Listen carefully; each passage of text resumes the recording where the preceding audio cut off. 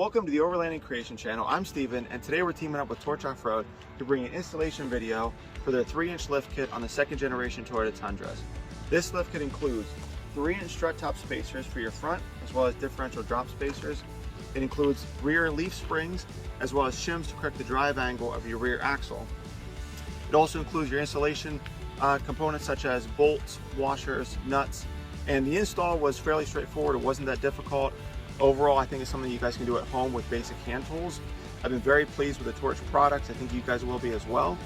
Go to torchoffroad.com to check out their various lift kits as well as other parts for trucks and SUVs.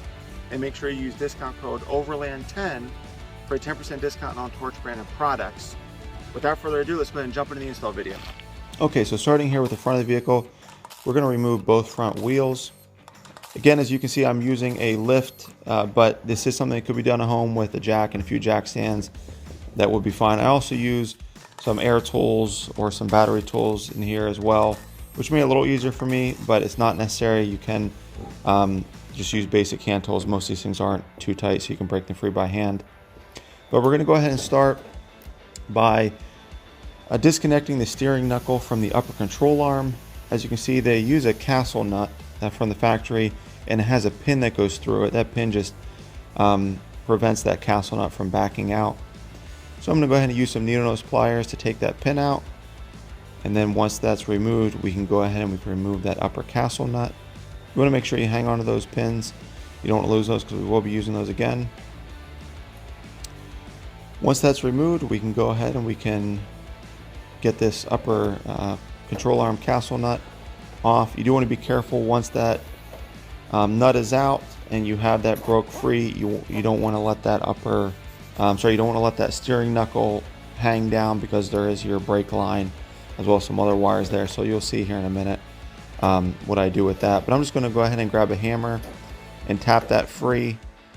Usually it only takes a few solid hits with a good hammer to break that free. You do want to be careful though.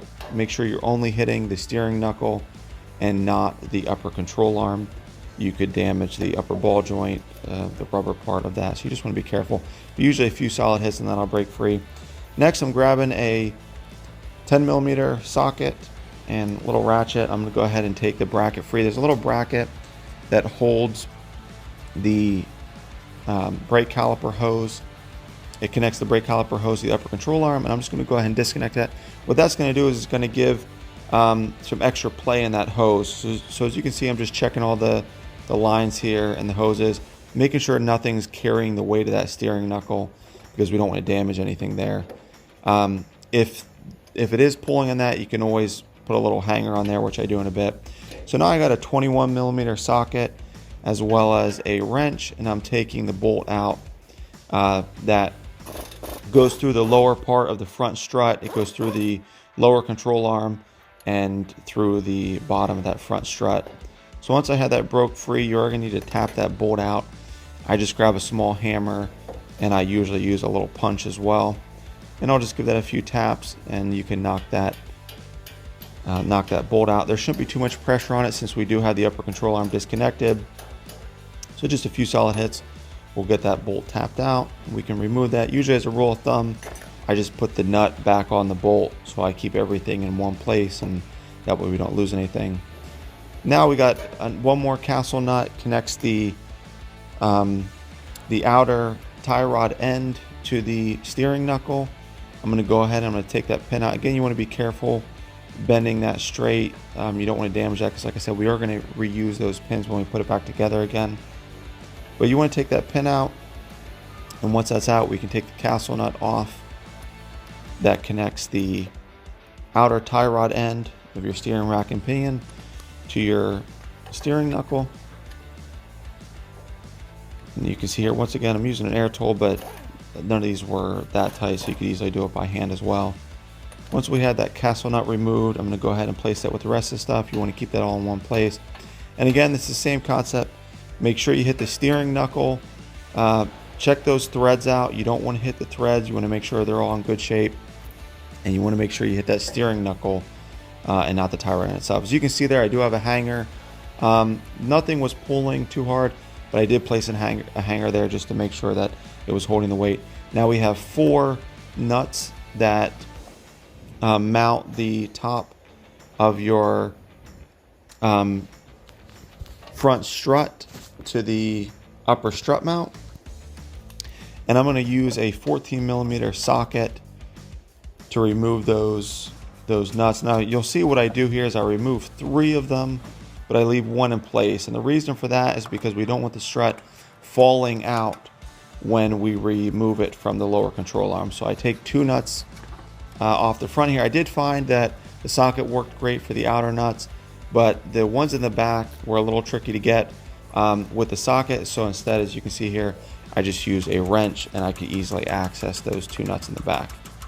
So I remove 1 of the rear, so we have 3 of them out, and I still have 1 in there, just holding that strut in place.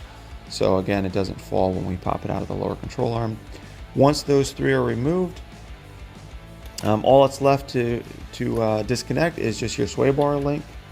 As you can see here, I'm just going to go ahead and pull the bolt for the sway bar link out. That just comes out. There's no nut or anything. It's all part of the lower control arm.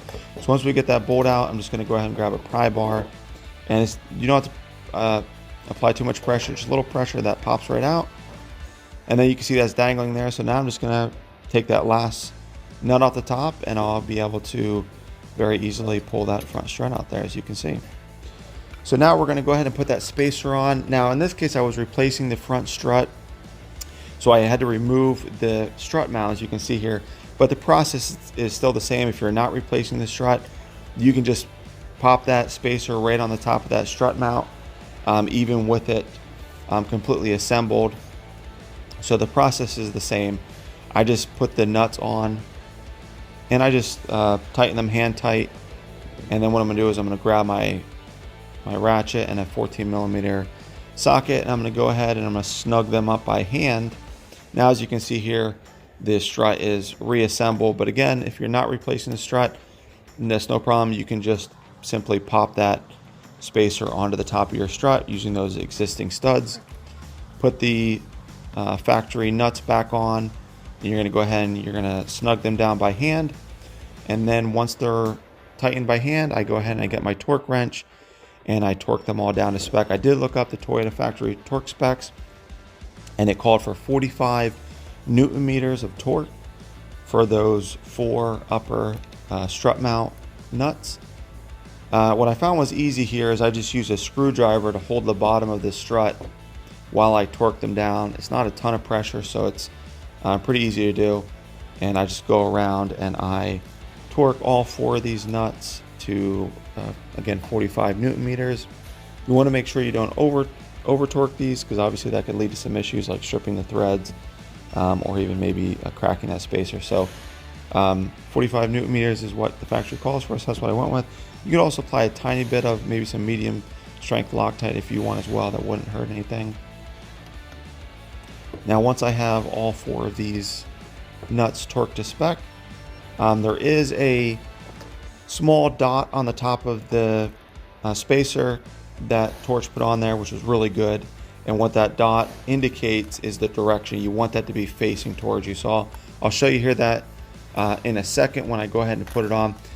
Torch also includes all of the installation hardware, which is really nice. There's going to be 4 bolts that mount the top of the strut to the vehicle, and they come with locking washers as well as flat washers. So you want to make sure you got both of those washers placed on each bolt. And then usually what I'll do is once I have all those washers on the bolts, I'll just go ahead and do a test fit, make sure it fits nice and smooth, which it does obviously. Everything fit up very nicely there. Now that that's done, we can go ahead and we can install that strut. I do like to clean the surfaces. I just clean the surface of the frame there where it mounts up. Now as you can see here, here's the little dot I was telling you about. There's a little dot in the surface there. You want to make sure that that's facing you, and that'll make sure that that strut is properly aligned. So that's going to face outwards while you're installing that. And I just hold that up with one hand and then stick a bolt in there by hand. And then the rest of the installation is just the reversed order of the removal. Moving on to these front diff spacers, these were super easy. You just remove the factory bolts and we're going to replace those with the extended bolts that Torch supplies, and we're going to stick the black spacers in between the differential carrier and the front subframe. So as you can see there, and this is they've already been installed here. So you're just going to stick that spacer in between there, and that's it. That finishes up the installation for the front of the vehicle. Now moving on to the rear.